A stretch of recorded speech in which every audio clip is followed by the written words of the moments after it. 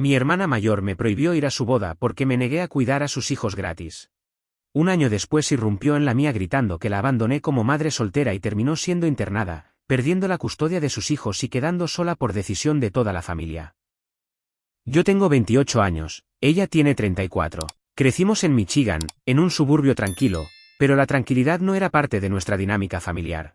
Nuestra mamá nos crió sola la mayor parte del tiempo porque nuestro papá desapareció cuando yo tenía 6 años y mi hermana 12. Y sí, como podrán imaginar, esa diferencia de edad más el hecho de que ella sintiera que había perdido a su papá favorito hizo que creciera con una actitud de mártir que, sinceramente, ya me tenía harta desde que era adolescente. Siempre fue la hermana sacrificada, la que tenía que cuidar de mí y la que lo dejó todo por la familia. Pero lo que nunca cuenta es que nadie le pidió eso. Ella simplemente asumió ese papel para tener una excusa para echármelo en cara cada vez que podía, como cuando me decía que ella no pudo ir a la universidad porque mamá no podía con todo y yo sí tuve el privilegio de irme a otro estado. Me gradué en Ohio, como si yo hubiera tenido algo que ver con que ella no lo intentara siquiera. A los 24, mi hermana se casó con un tipo bastante inmaduro, la verdad. Se embarazó a los 6 meses, y para cuando nació su segundo hijo, él ya la había dejado por una compañera del trabajo. Desde entonces, mi hermana se convirtió oficialmente en la madre soltera guerrera que no podía hacer nada sola pero a la vez creía que tenía derecho a todo. Yo, por supuesto, pasé a ser su niñera automática. Si decía que no podía cuidar a sus hijos porque tenía que trabajar, estudiar, o simplemente descansar, era una egoísta. Si decía que no podía prestarle dinero, era porque me creía superior. Si no quería ir a su casa cada domingo a apoyarla emocionalmente, era una mala hermana. Así de manipulado era todo. Y el colmo llegó con su boda número 2. Sí, así como lo leen. El año pasado anunció que se iba a casar de nuevo con un tipo que conoció por Tinder y con el que llevaba saliendo apenas 9 meses. Nadie en la familia lo conocía bien, y mi mamá, que ya se ha resignado a no poder razonar con ella, intentó poner buena cara. Pero yo fui clara desde el principio, no me parecía una buena idea. No porque no mereciera casarse o rehacer su vida, sino porque ella no estaba en condiciones de organizar una boda de ese tamaño, ni emocional ni económicamente. Adivinen a quién le pidió ayuda para organizar el evento, pagar una parte de la recepción, y además, cuidar a sus 2 hijos durante toda la ceremonia. ¿Exacto? A mí. Le dije que no. Que la apoyaba, pero no iba a cargar con esa responsabilidad. Que no soy madre, ni su niñera, ni su sirvienta. Que podía ayudar con algo puntual, pero no iba a pasarme 3 días cuidando niños mientras ella se hacía fotos con vestido blanco. Se lo tomó tan mal que primero me bloqueó de todo, luego mandó a decirme por mi madre que ya no era bienvenida a su boda, y por último publicó un post pasivo-agresivo en Facebook diciendo que algunas personas solo te quieren en su vida cuando les conviene. Obvio todo el mundo entendió que era sobre mí, y yo simplemente no respondí. No fui a su boda. Fin. Al menos eso creí. Un año después, me comprometí con mi novio de toda la vida. Llevábamos juntos 6 años, y la propuesta fue íntima, linda, sencilla. No hicimos gran escándalo, pero sí planeamos una boda para primavera, en un parque de Nueva Jersey donde ahora vivimos. Nada extravagante. Queríamos algo con familia cercana, pocos amigos y buena comida. Mis padres estaban felices, y aunque mi hermana seguía en modo te ignoro pero te stalkeo, no dijo nada. O eso pensé. La boda fue hace un par de semanas. Fue hermosa, tranquila, todo salió perfecto, hasta que llegó ella. Sin invitación. Con sus 2 hijos. Y un speech ensayado, gritado frente a todos, en el que me acusó de ser una egoísta que abandonó a su familia, una traidora que ahora se cree mejor por casarse con alguien con plata, y la culpable de que sus hijos no tengan figura paterna porque nunca la ayudé lo suficiente. No sé cómo describirles ese momento sin que se me revuelva el estómago. Era mi boda. Mi momento. Después de tantos años de aguantar desplantes, de poner límites, de hacérmela fuerte, por fin me sentía feliz y rodeada de gente que sí me quería. Y entonces, de la nada, se abre la puerta del salón y ahí está ella. Ni siquiera vestida de manera formal. Llevaba unos jeans, una camiseta que claramente decía no me importa esta boda y los 2 niños detrás de ella como si fueran una extensión de su drama. Todos nos volteamos a mirar. Algunos ni siquiera sabían quién era. Otros sí, y me buscaron la cara como preguntando, ¿qué está pasando? Ni siquiera se tomó un segundo para saludar. Entró con la misma actitud con la que ha arruinado cumpleaños, cenas familiares y básicamente cualquier reunión donde no sea el centro de atención. Lo primero que gritó, desde la puerta, sin filtro y con los niños agarrándole los brazos, felicidades a la princesa de la familia, espero que al menos hoy te acuerdes que tenés una hermana y 2 sobrinos que existen. El silencio fue incómodo. Todos se quedaron congelados. Yo me quedé helada. Mi esposo me apretó la mano. Mamá intentó caminar hacia ella para calmarla, pero mi hermana levantó la voz aún más. No te acerques. Vos también sos parte del problema, siempre defendiendo a tu favorita. Ahí fue cuando supe que se venía abajo todo. Intenté acercarme calmadamente. Le dije que no era el momento, que si necesitaba hablar, lo hacíamos en privado. Pero ella no quería hablar. Quería destruir. Quería que todos sintieran pena por ella. Quería que el foco volviera a girar hacia ella. Como si esta boda fuera una ofensa personal y no una celebración mía. Siguió gritando, y cito porque no puedo olvidar lo que dijo: ella me dejó sola, se fue a vivir su vida sin mirar atrás, y ahora viene con su boda perfecta, su marido perfecto, su vestido blanco como si no tuviera las manos manchadas de abandono. Yo no sabía qué responder. Estaba demasiado humillada para reaccionar. ¿Cómo se defiende uno ante algo así? Ni siquiera entendía qué quería decir con manos manchadas de abandono. ¿Que no me ofrecía criar a sus hijos por ella? ¿Eso me hace una criminal? Entonces, mi suegra, una señora súper tranquila, se levantó y le dijo con firmeza que se calmara o iba a tener que irse. Mal movimiento. Porque mi hermana la miró con una rabia que jamás le había visto, y le gritó: «Usted no se meta, esta familia ya estaba rota antes de que usted apareciera». Y ahí sí, se desató todo. Mi hermana empezó a llorar, pero ese llanto histérico, de manipulación, de mírenme sufrir. Los niños estaban incómodos, uno empezó a llorar también. Fue una escena desagradable, innecesaria y cruel. Nadie entendía cómo alguien podía comportarse así en la boda de su propia hermana, aunque no estuviéramos en buenos términos. Pero claro, si conocieran la historia completa, sabrían que esta es exactamente su forma de operar. Cuando no tiene el control, destruye. Mi madre intentó nuevamente acercarse. Le habló suave, le pidió que se fuera, que hablaban otro día. Y mi hermana, sin pensarlo dos veces, le gritó: «Vos no sos mi mamá, sos la mamá de ella, siempre lo fuiste». Eso, dicho delante de todos, como si no fuera mi madre también, como si criarla, sostenerla, aguantar sus dramas, no la hiciera merecedora del título. Después de eso, mi esposo hizo lo único que podía hacerse, llamó a seguridad. Sí, tuvimos que sacar a mi hermana de mi boda escoltada por dos tipos de traje que probablemente no entendían por qué sacaban a una mujer chillando con dos niños. Fue feo. Horrible. Me sentí mal. Pero también me sentí aliviada. Porque ese era el cierre que necesitaba. El recordatorio de que no importa cuánto intente hacer las cosas bien, nunca va a ser suficiente para ella. Por supuesto, se fue gritando: «Esto no va a quedar así, van a saber quién soy yo, no me voy a quedar callada». Y no se quedó callada. 3 días después, publicó en Facebook un ensayo de 12 párrafos diciendo que la familia la había sacrificado por conveniencia, que yo era una sociópata que había roto la relación entre madre e hija, y que mi esposo era un manipulador con dinero que me había comprado para alejarme de ella. Todo eso, para que lo vieran los amigos de nuestra infancia, los vecinos, los compañeros de la iglesia a la que mi madre aún va, e incluso excompañeros del colegio. Una humillación pública gratuita. Como si el show en la boda no hubiera sido suficiente. Intenté ignorarlo, lo juro. Pensé en mi luna de miel, en relajarme, en no engancharme. Pero las llamadas empezaron. Mi tía de Texas, una prima lejana desde California, hasta una ex amiga de la escuela que me dijo: «No sabía que estabas peleada con tu hermana». Qué fuerte lo que puso. Así, como si fuera una novela que les entretiene y no mi vida real, hecha pedazos por una persona que simplemente no soporta que yo sea feliz sin ella. Mi esposo me dijo que no debía responder, que ella sola se estaba hundiendo. Pero cuando mi abuela me llamó llorando porque no entendía qué había pasado, porque creía que yo había abandonado a mi hermana y sus hijos, supe que ya no podía quedarme callada. Porque ese era su objetivo. No arruinarme el día. Arruinarme la imagen. Convertirme en la mala para justificar todo lo que hizo. Después de que mi hermana arruinara mi boda y luego intentara arruinar mi reputación en internet con ese post ridículo, pasé varios días en modo piloto automático. Me levantaba, respondía mensajes, intentaba hacer como que nada pasaba, pero por dentro sentía una mezcla de rabia, tristeza, impotencia, y también una especie de claridad. Porque después de ese nivel de ataque, ya no había forma de seguir haciendo como que esto era un simple problema de hermanas. No. Esto era otra cosa. Esto era una persona adulta, con hijos, que había decidido usarme como chivo expiatorio de todos sus fracasos, como si odiarme la ayudara a sentirse menos miserable con la vida que había construido. Esa semana, mi mamá me llamó todos los días. La notaba más cansada que nunca. Había envejecido de golpe.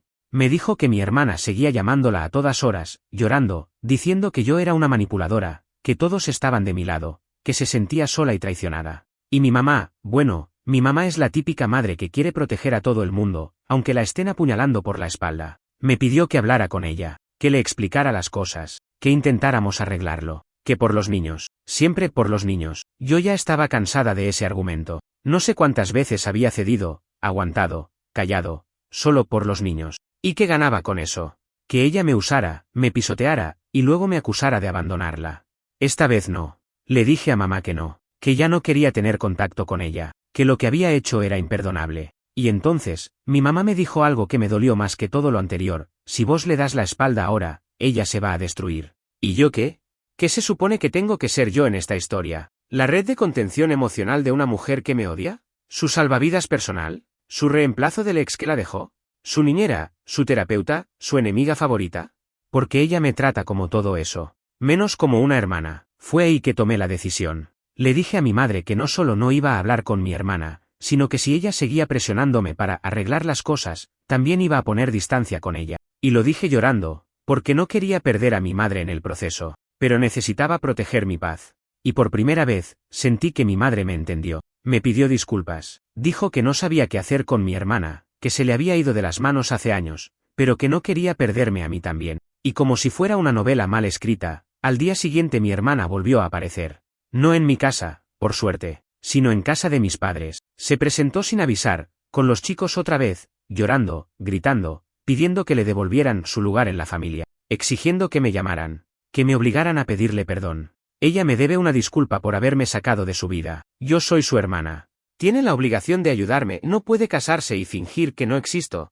Mi papá, mi padrastro, en realidad, pero lo considero mi papá, fue el que le puso un alto por primera vez. Y cuando digo un alto, me refiero a gritarle en la cara que estaba completamente fuera de control y que necesitaba ayuda profesional. Le dijo que estaba cansado de su victimismo, de sus chantajes, de su necesidad constante de atención. Le recordó todas las veces que la ayudaron económicamente, todas las veces que le cuidaron a los niños, las veces que le pagaron el alquiler cuando no podía, las veces que encubrieron sus errores por vergüenza. Y que aún así, ella seguía actuando como si todos le debieran algo. Mi mamá no dijo nada, solo lloraba en una esquina. Y mi hermana, lejos de entender el mensaje, se paró, agarró a los niños, y dijo con esa voz que tiene cuando está por explotar: entonces elijan ella o yo. Pero no pueden tener a las dos. Porque yo no voy a seguir aguantando que me humillen mientras la otra vive como reina. Y papá respondió sin titubear: ella. Así. Una sola palabra. ¿Ella? Mi hermana se quedó paralizada. Ni siquiera se enojó en ese momento. Solo bajó la mirada, agarró a los chicos de la mano, y se fue. Y esa fue la última vez que la vieron. No les voy a mentir. Cuando me contaron eso, sentí algo parecido a la culpa. Pero también sentí alivio. Porque por primera vez en años, alguien puso un límite real. Porque por primera vez, alguien le dijo que su comportamiento no era aceptable, que no todo el mundo iba a estar dispuesto a tolerar sus rabietas eternamente. Lo que vino después, sin embargo, fue otro nivel. Una semana más tarde, empezó a mandarle mensajes a mis amigas, a mis compañeras de trabajo, incluso a mi jefa. No sé cómo consiguió algunos números. En esos mensajes, se hacía pasar por una víctima de abuso emocional por parte de su familia, y en especial de mí. Decía que yo la había aislado, que manipulaba a nuestros padres, que había usado influencias para hacerla quedar como loca. ¿Influencias? Trabajo en una oficina como asistente de proyectos, no soy espía de la CIA. Una de mis amigas me reenvió uno de los audios. Lo escuché con las manos temblando. En él, mi hermana lloraba y decía que yo le había robado la vida, que todo lo que ella había querido, yo lo tenía, que hasta sus hijos me querían más a mí, que yo era una ladrona de afecto. Ese audio me rompió, porque me hizo entender que mi hermana no está bien. No es solo ego. No es solo manipulación. Es una desconexión total con la realidad. Y eso me dio miedo. Por mí, por mis padres, por sus hijos. Y ahí fue que empezamos a hablar en serio de algo que mi mamá nunca quiso enfrentar, la posibilidad de que mi hermana necesitara ayuda profesional urgente. Después de escuchar ese audio donde mi hermana decía que yo le habían robado la vida y que hasta sus hijos me querían más que a ella, algo dentro de mí se apagó. Ya no tenía rabia, ya no sentía ganas de pelear. Me quedé sentada sola en el sofá de mi casa, con mi esposo mirándome desde la cocina, esperando a ver cómo iba a reaccionar. Solo le dije: esto ya no es personal. Esta mujer necesita ayuda de verdad. Pero claro, una cosa es decirlo y otra es enfrentar lo que significa. Mi madre nunca ha sido buena para confrontar cosas difíciles. Tiene esa mentalidad de la familia es lo primero, incluso cuando la familia se está autodestruyendo desde adentro. Cada vez que intentábamos hablar del tema, se echaba a llorar o cambiaba de tema. Decía cosas como: ella no era así antes, o el divorcio la descolocó, o peor, vos tenés que entenderla porque sos más fuerte. ¿Y por qué carajos tengo que ser yo siempre la fuerte? ¿La madura? ¿La racional? ¿Por qué a mí me toca contener, callar, y ahora también tener que entender? ¿Y quién me entiende a mí? ¿A mí quién me recoge cuando me parte al medio una escena frente a todos mis invitados? ¿Quién me pide perdón por los años de humillación, las palabras hirientes, los posteos falsos, las lágrimas fingidas? Intenté hablar seriamente con mi mamá. Le dije que esto no se iba a arreglar con una charla de hermanas ni con una tarde de reconciliación, que mi hermana estaba perdiendo el control de su vida y que no lo iba a admitir jamás, que los chicos no tenían la culpa, pero que iban a crecer respirando esa toxicidad, creyendo que está bien culpar al mundo por tus errores, que si no se intervenía ahora, después podría ser demasiado tarde. ¿Y saben qué me dijo mi mamá? Pero si vos no la querés ver más, ¿qué te importa lo que haga?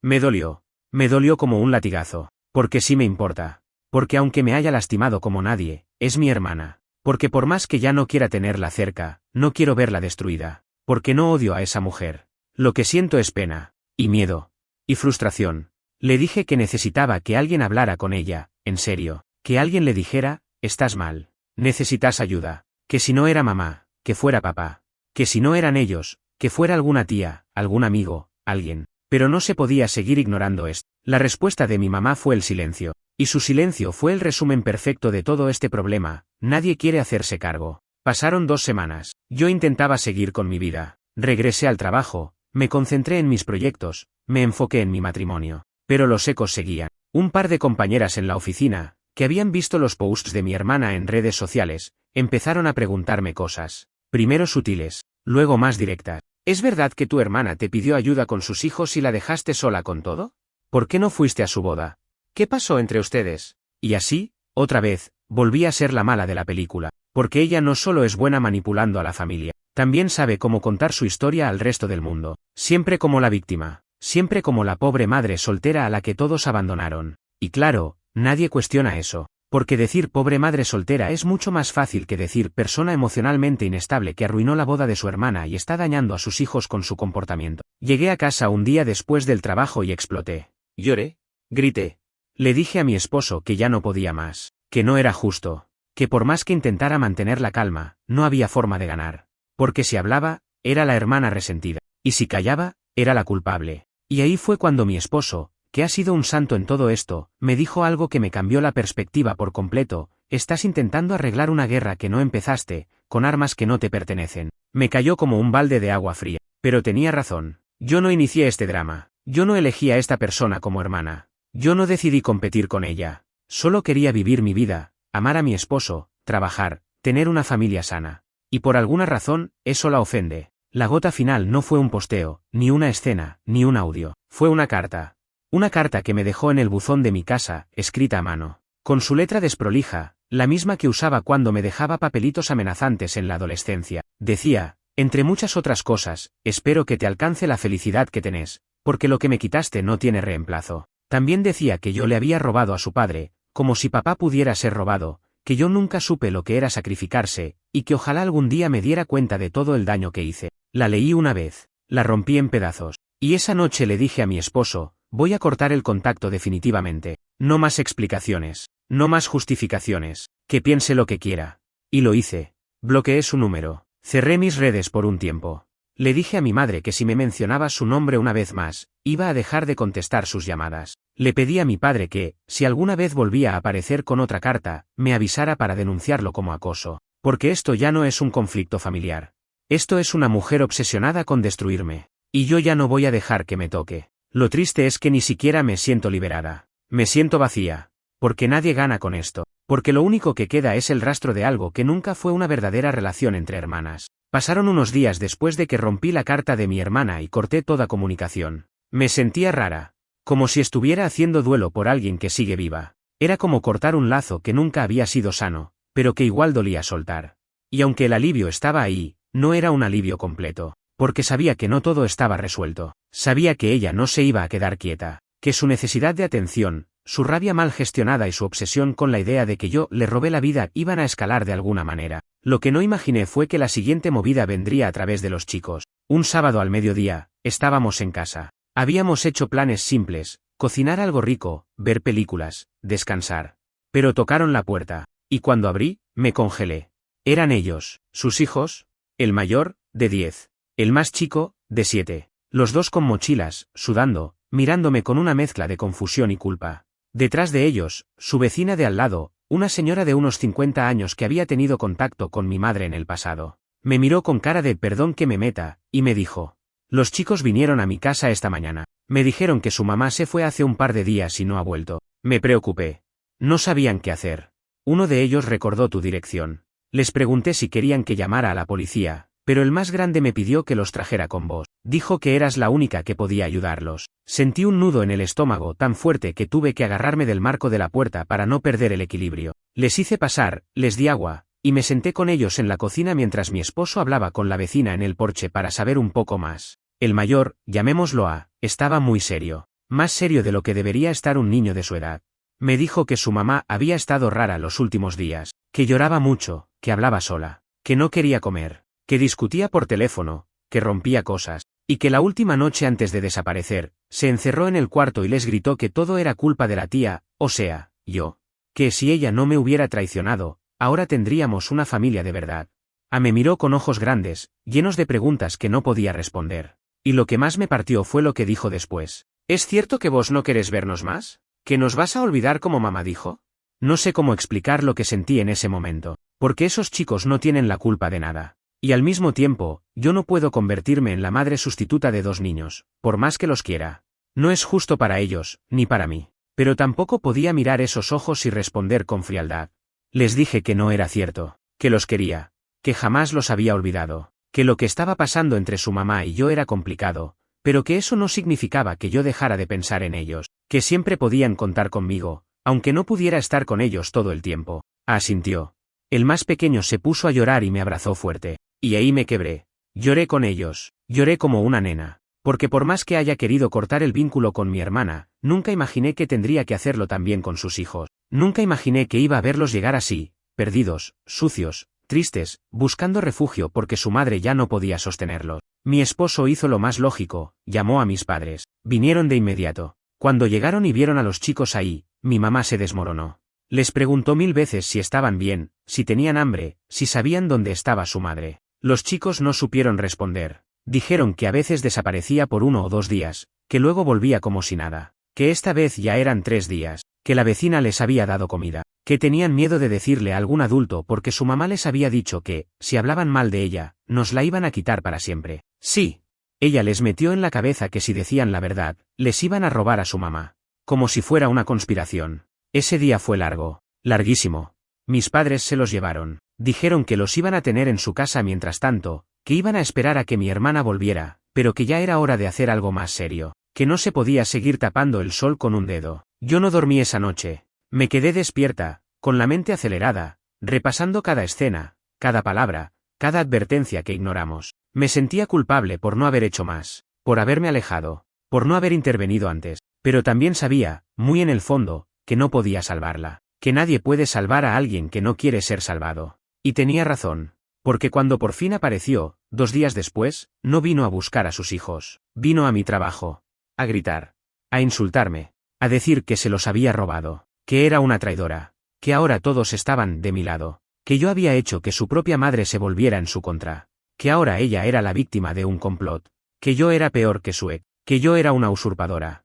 El jefe tuvo que sacarla del edificio. Seguridad la acompañó hasta la salida. Fue humillante, no solo para ella, sino para mí también. Porque no importa cuán fuerte intentes ser, cuando tu hermana aparece fuera de sí, chillando frente a todos tus compañeros, no hay dignidad que aguante. Ese día entendí algo que me dio miedo. Mi hermana no solo está mal, está en un punto de quiebre peligroso, para ella, para sus hijos, para todos los que estamos cerca. Después de la escena que hizo mi hermana en la entrada de mi trabajo, ya no hubo más lugar para la negación. Era evidente para todos que esto había dejado de ser un conflicto personal entre hermanas para convertirse en un problema serio, peligroso, urgente. Esa misma tarde, mi jefe me llamó a su oficina. No para regañarme, sino para preguntarme si estaba bien, si necesitaba días libres, si quería contactar a seguridad privada. Me habló con tacto, pero era claro que estaba preocupado. Y yo ya estaba en ese punto donde todo te da vuelta. Estás tan cansada que no podés ni llorar. Yo solo quería que se terminara. Que alguien me dijera, ya está, ya no te va a lastimar más. Pero nadie podía decirme eso, porque ni siquiera habíamos tocado fondo aún.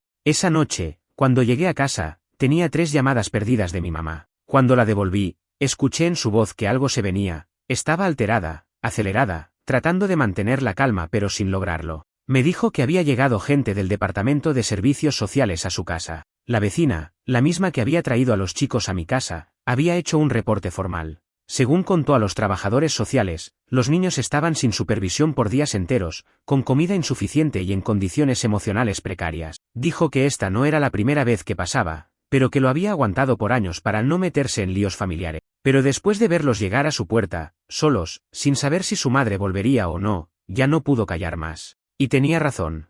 Era algo que todos sabíamos pero ninguno había tenido el coraje de enfrentar. Mi hermana no estaba en condiciones de cuidar a nadie, ni a sí misma. Y mucho menos a dos chicos que necesitaban estabilidad, contención, límites, seguridad. Lo que estaban recibiendo era lo opuesto: caos, gritos, miedo, abandono. Los trabajadores sociales entrevistaron a mis padres, a los niños, y pidieron datos de contacto de otros familiares cercanos. Mi madre, como siempre, intentó protegerla, dijo que su hija estaba pasando por un mal momento, que era buena madre, que solo necesitaba ayuda. Pero ya no alcanzaban los discursos, ya no bastaba con justificar. Yo no estaba presente, pero me enteré por mi papá que una de las trabajadoras le preguntó directamente a mi mamá, ¿por qué si sabían que esto venía pasando hace tiempo, nunca pidieron ayuda antes? Y ahí, mi mamá se quebró. Lloró. Admitió que tenía miedo, que no quería perder a su hija, que pensaba que en algún momento iba a mejorar, que siempre había apostado a que el amor de madre bastaba. Esa misma noche, recibí una visita inesperada. La asistente social a cargo del caso vino a casa para hablar conmigo. No sé cómo consiguió mi dirección, seguramente mis padres se la dieron, pero vino con una carpeta en la mano y una expresión que ya me preparaba para lo que venía. Nos sentamos en el living, mi esposo al lado mío, en silencio. Ella me explicó que no estaban buscando quitarle la custodia a mi hermana, todavía, que lo que estaban haciendo era una investigación preliminar, que los chicos iban a quedarse de momento con mis padres, pero que no era una solución permanente. Y entonces, soltó la bomba. Queríamos saber si usted estaría dispuesta a considerarse como una alternativa para la tutela temporal, en caso de que se determine que la madre no puede hacerse cargo de forma segura. Me quedé en blanco, no por falta de amor, no porque no los quisiera, sino porque yo no estaba preparada. Y lo peor, lo sabía. Le dije la verdad. Le dije que no podía prometer algo que no podía sostener, que acababa de casarme, que trabajo muchas horas, que no tengo experiencia con niños, que todo esto me duele y me afecta más de lo que puede verse por fuera. Que los amo, sí. Pero no puedo asumir una responsabilidad tan inmensa, sabiendo que no soy la mejor opción para ello. Y me sentí una basura diciéndolo. Me sentí como si los estuviera abandonando otra vez, como si repitiera el mismo patrón que mi hermana me había achacado 1000 veces. Te vas, te alejas, nos dejas atrás. Pero la trabajadora solo asintió. Dijo que entendía, que era mejor ser honesta que aceptar algo para lo que uno no está lista, que no estaba sola, que había otras alternativas. Me dio una tarjeta, me agradeció el tiempo y se fue. Cuando la puerta se cerró, me puse a llorar. Porque nada de esto era justo, ni para mí, ni para esos niños, ni siquiera para mi hermana, que aunque se haya convertido en una sombra de sí misma, en algún momento fue una persona con sueños, con ganas, con luz. Los días siguientes fueron un desastre. Mi hermana no aparecía, no respondía llamadas, no se presentaba en el trabajo, no hablaba con nadie, estaba desaparecida. Literalmente. Hasta que una noche, a la 1 de la mañana, mi papá recibió una llamada desde un número desconocido. Era ella. Estaba llorando. Le dijo que estaba en casa de una amiga en otro estado, que necesitaba tiempo, que no la buscaran, que todos la habían traicionado, que se sentía sola, que ya nada valía la pena. Y ahí fue que el miedo se volvió real. Porque una cosa es pelear, discutir, insultarse. Otra muy distinta es que la persona que te odia, empiece a odiarse también. Le pregunté a mi papá si pensaba que podía hacerse daño. Él me miró con una mezcla de angustia y cansancio que nunca le había visto. Me dijo, no sé. Pero ya no puedo cargar con ella solo. Y ahí lo entendí todo. Mi hermana no solo estaba arrastrando su vida al borde del abismo. Lo más doloroso de todo este proceso no fue la traición, ni los gritos, ni la humillación pública. Lo más doloroso fue ver a mi familia desintegrarse en cámara lenta. Todos intentando sostener algo que ya estaba hecho pedazos. Como si pudiéramos pegarlo con discursos de Navidad o almuerzos incómodos de domingo. Pero no. Hay cosas que, cuando se rompen, ya no tienen arreglo. Y eso no es pesimismo. Es aceptar la realidad. Después de aquella llamada en la que mi hermana apareció desde la casa de una amiga, todos supimos que había cruzado un umbral del que no se vuelve fácil. Lo más aterrador fue su tono, ni gritando, ni histérica, ni agresiva. Solo cansada. Vacía. Diciendo cosas como ya no me queda nadie o no se molesten en buscarme, ya perdí todo. Y aunque una parte de mí quería aferrarse a la idea de que era otra manipulación emocional más, otra táctica para que alguien fuera corriendo a rescatarla, esta vez, no lo sentí así. Esta vez, había algo distinto. Mis padres se pusieron en modo pánico. Intentaron localizarla. Llamaron a su amiga, que dijo que había estado con ella pero que ya no estaba ahí, que había dicho que iba a tomarse un tiempo sola. Llamaron a la policía, pero como era adulta, no podían hacer mucho. No estaba desaparecida oficialmente, solo ausente. Y mientras tanto, los chicos seguían con mis padres, cada vez más confundidos, más callados, más pendientes del teléfono que nunca sonaba. Un día, el más chico, con 7 años, le preguntó a mi mamá si su mamá se había muerto. Así, sin anestesia. Porque los chicos no son tontos. Absorben todo, sienten la tensión, se dan cuenta de lo que no se dice. Y cuando no les das respuestas, se las inventan. Fue ahí cuando mi mamá colapsó. Me llamó esa noche. Yo estaba cenando. Al ver su nombre en la pantalla, sentí esa punzada que ya se había vuelto habitual. Atendí, y la escuché llorando como nunca. No era el llanto contenido de otras veces. Era un llanto roto, de esos que salen cuando el cuerpo ya no aguanta más. No puedo más, me dijo. No sé qué hacer. Tengo miedo de que haga una locura. Tengo miedo por los nenes. Tengo miedo por todo. Le dije que hiciera lo que tenía que hacer. Que buscara ayuda. Que esto ya había superado cualquier dinámica familiar. Que ya no podíamos seguir actuando como si esto se resolviera con afecto y voluntad. Que no era egoísmo pedir ayuda profesional. Que nadie está preparado para enfrentar una enfermedad mental grave en soledad. Y entonces me dijo algo que todavía me cuesta digerir. Hoy tuve que elegir entre ir a buscarla o quedarme con los chicos. Y elegí quedarme con ellos. Por primera vez en mi vida, no fui tras ella. Me quedé en silencio. Ella también. Fue un silencio largo, duro. Pero en ese silencio había una verdad profunda. Mi madre, por fin, había soltado. Días después, finalmente la encontraron. Estaba en un motel en las afueras de Cleveland. Había usado una tarjeta de crédito vencida, lo que alertó a la recepción. La policía fue por una denuncia de intento de estafa, pero al encontrarla en el estado en el que estaba, delgada, desorientada, con la mirada perdida, llamaron directamente a emergencia psiquiátrica. No se había lastimado físicamente, pero estaba ida. Dijo cosas incoherentes, que la estaban persiguiendo, que su hermana quería quedarse con sus hijos, que su padre la había vendido, que la comida tenía cámaras, cosas sin sentido, terribles, dolorosas. Fue internada de inmediato. Diagnóstico preliminar, episodio psicótico. Posible trastorno esquizoafectivo no tratado. Nadie lo había visto venir. O mejor dicho, todos lo habíamos visto, pero lo disfrazamos de drama, de personalidad difícil, de crisis de la vida adulta. Nunca pensamos que era algo clínico. Y mientras más lo pienso, más me pesa. Porque tal vez, si hubiéramos intervenido antes, se habría evitado llegar a este punto. Mi madre fue la única que la visitó los primeros días. Volvió destruida. Dijo que apenas la reconocía. Que había dejado de hablar después del segundo día. Que no quería ver a nadie. Que solo pedía a sus hijos. Pero los chicos ya no estaban disponibles. Porque mientras todo eso pasaba, el juez asignado al caso de servicios sociales determinó que no volverían a vivir con su madre hasta nuevo aviso, que quedaban en custodia temporal de mis padres, que iban a ser monitoreados por psicólogos infantiles, que se iba a evaluar su entorno, sus necesidades emocionales, su adaptación, y que mi hermana solo podría verlos si su psiquiatra lo autorizaba. Cuando le contaron esto, rompió a llorar. No gritó, no pataleó, solo lloró, como una nena, como alguien que, por primera vez, entendía que había perdido algo de verdad. Yo no fui al hospital, no porque no me importara, sino porque sabía que no era el momento, que mi presencia podía detonarla, que el peso de lo que pasó entre nosotras no era algo que se resolviera con una visita en una silla blanca y un apretón de manos, y también, porque no sabía qué decirle. ¿Qué le dice una persona a su hermana después de años de conflicto, traición, dolor? Le decís te perdono, le decís no es tu culpa, le decís yo también te fallé. No lo sé, lo sigo pensando, pero sí sé esto. Cuando mi madre eligió quedarse con sus nietos y no salir corriendo a buscar a su hija, hizo algo que nunca había hecho. Puso límites, eligió cuidar.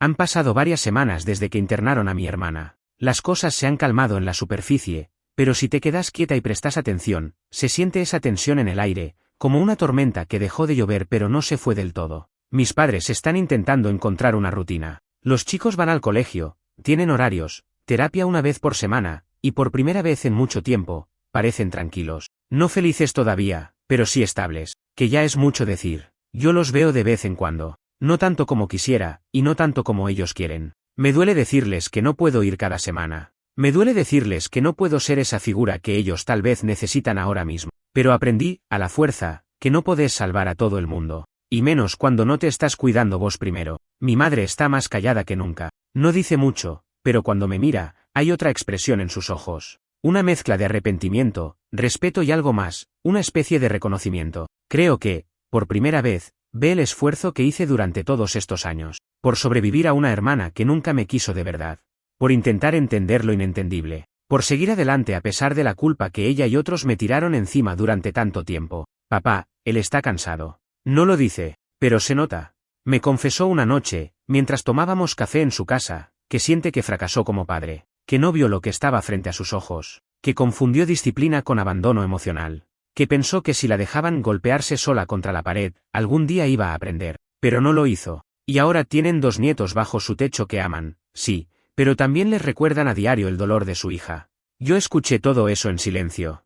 Y después le dije que no fracasó, que hicieron lo que pudieron, que nos dieron más de lo que muchos reciben, que si hay alguien responsable acá, es mi hermana, porque más allá de la salud mental, que es real y grave, también hubo elecciones. También hubo momentos donde pudo pedir ayuda y eligió destruir. También hubo días donde pudo ceder y eligió gritar. Nadie la obligó a odiarme. Nadie la obligó a mentir. Nadie le pidió que arruinara mi boda. Eso fue ella. Ente, consciente, dispuesta. Y aunque eso ahora se mezcle con un diagnóstico médico, no borra el pasado. Me llegaron rumores de que está mejorando, que habla un poco más, que su terapeuta dice que tiene momentos de lucidez, que preguntó por los chicos, que quiere verlos. Pero aún no hay autorización. Y aunque llegue el momento, no sé si va a ser fácil. Nadie sabe cómo explicarles a 2 nenes que su mamá no puede volver todavía, que está enferma, que no es mala, pero tampoco está bien, que los ama, pero no sabe cómo demostrarlo sin hacerles daño. Mi mamá intenta suavizar las cosas. Yo creo que los chicos ya lo saben, lo sienten. Tienen una madurez rara para su edad. Una tristeza en los ojos que no deberían tener tan chicos. Una tarde, mientras les ayudaba con una tarea, el más grande me preguntó, ¿vos pensás que mamá nos va a volver a querer como antes? Yo me tragué las lágrimas y solo pude decirle, tu mamá siempre los quiso. Pero a veces, cuando la cabeza está desordenada, el corazón no sabe cómo hacer para demostrarlo bien. Él asintió, como si lo entendiera. Pero yo sé que no, porque ni yo lo entiendo del todo. En cuanto a mí, estoy en proceso de reconstrucción, de reaprender qué significa tener paz. ¿Qué significa vivir sin miedo a que en cualquier momento alguien haga estallar todo de nuevo? No voy a decir que estoy bien, pero estoy avanzando. Mi esposo fue y sigue siendo mi pilar. No sé cómo habría pasado por todo esto sin él. Me apoyó cuando nadie más lo hizo. Me defendió cuando era más fácil quedarse callado. Me cuidó incluso cuando no sabía cómo ayudarme. Eso no se olvida. También entendí que está bien poner límite, que está bien decir que no soy egoísta por no querer ser arrastrada otra vez por el caos de mi hermana. Que puedo amar a sus hijos sin cargar con todo lo que ella dejó tirado, que puedo cuidar sin deshacerme en el proceso. Y sí, también aprendí que ser la hermana fuerte no significa ser la hermana mártir. Ya no soy esa. Nunca más voy a ser esa. No sé qué va a pasar en el futuro. No sé si mi hermana va a recuperarse, si va a asumir lo que hizo, si va a pedir perdón algún día. No sé si va a volver a tener una relación con sus hijos. No sé si alguna vez vamos a poder sentarnos las dos, frente a frente, y hablar como 2 personas adultas que se hicieron tanto daño y aún así, sobrevivieron. Pero sí sé que ya no le tengo miedo, que ya no me controla, que su voz ya no retumba en mi cabeza cada vez que intento ser feliz. Y eso, para mí, ya es suficiente, porque sobrevivir a una familia rota es una forma de nacer de nuevo. Y yo elegí vivir.